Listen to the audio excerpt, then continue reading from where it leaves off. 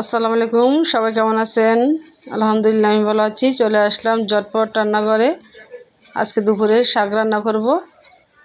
ছোট চিংড়ি শুটকি দিয়ে শাক রান্না অনেকে খায়, অনেকে খান নাই এখনও। তাহলে দেখেন রেসিপিটি কীভাবে করি। এখানে কিছু এক মুঠা শাক নিয়েছি, বেশি রান্না করব না, অল্প করে রান্না করব। শাকগুলো আমি ধুয়ে কেটে নিয়েছি। এখন চুলে একটা প্যান বসিয়ে দিলাম, পরিমাণ মতো তেল দিয়ে পেঁয়াজ কুচিগুলো দিয়ে দিব। পেঁয়াজ কুচিগুলো একটু ভাজা ভাজা করে নিব হালকা।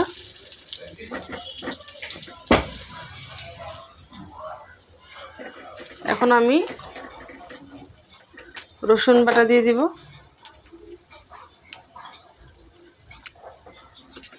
এক চামচ রসুন বাটা দিয়ে একটু নেড়ে নিব।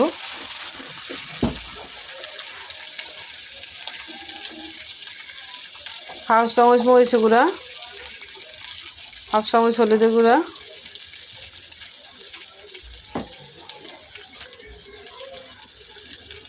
এখন চিংড়ি শুটকিগুলো দিয়ে দেব। চিংড়ি শুটকিগুলো আমি যখন বাজার থেকে এনেছি তখন আমি ধুয়ে শুকিয়ে রেখেছি রোদে। ছোটো এই চিংড়ি শুটকি দিয়ে যে কোনো সবজি রান্না করে অনেক মজা হয়। সামান্য পরিমাণ পানি দিব, পানি দিয়ে কষিয়ে নিতে হবে। পরিমাণ মতো লবণ দিব।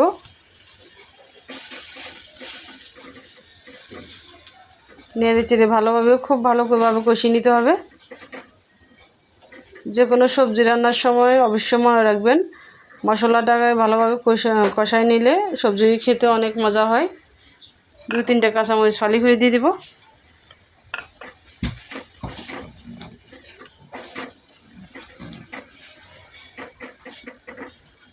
কে কে পছন্দ করেন ছোটো এই চিংড়ি শুটকি দিয়ে শাক রান্না করে খেতে? আমি তো খুবই পছন্দ করি, আমার হাজব্যান্ডও পছন্দ করে। বাচ্চারা অবশ্য খাবে না, শুটকি বাচ্চারা খায় না, একদম পছন্দ করে না আমার বাচ্চারা। মশলা কষানো হয়ে গেছে, এখন আমি শাকগুলো দিয়ে দেব। যেহেতু আমরা দুজনে খাবো এই জন্য এক মুঠা শাক রান্না করবো আজকে দুপুরের জন্য। শাক দুপুরে ভালো লাগে, বেশিরভাগ শাক ভর্তা দুপুরবেলায় ভালো লাগে, অন্য সময় তেমন একটা ভালো লাগে না। শাক দিয়ে একটু নেড়ে চেড়ে মশলার সাথে যে এগুলো রেখেছি ওগুলো একটু ভালোভাবে মিশিয়ে নিতে হবে। শাকের থেকে পানি বের হয়ে গেছে, এখানে আমি এক্সট্রা কোনো পানি দিব না, এই পানি দিয়ে আমি রান্না করে নিব।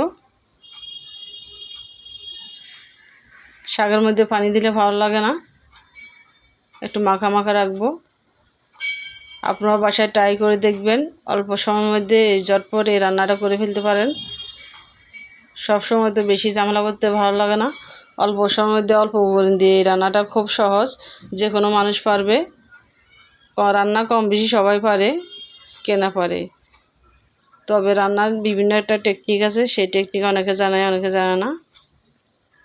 আমার ভিডিও যদি ভালো লেগে থাকে অবশ্যই লাইক শেয়ার করবেন। ইউটিউব থেকে দেখে থাকলে সাবস্ক্রাইব করে রাখবেন, ফেসবুক পেজেতে দেখে থাকলে ফলো দিয়ে রাখবেন।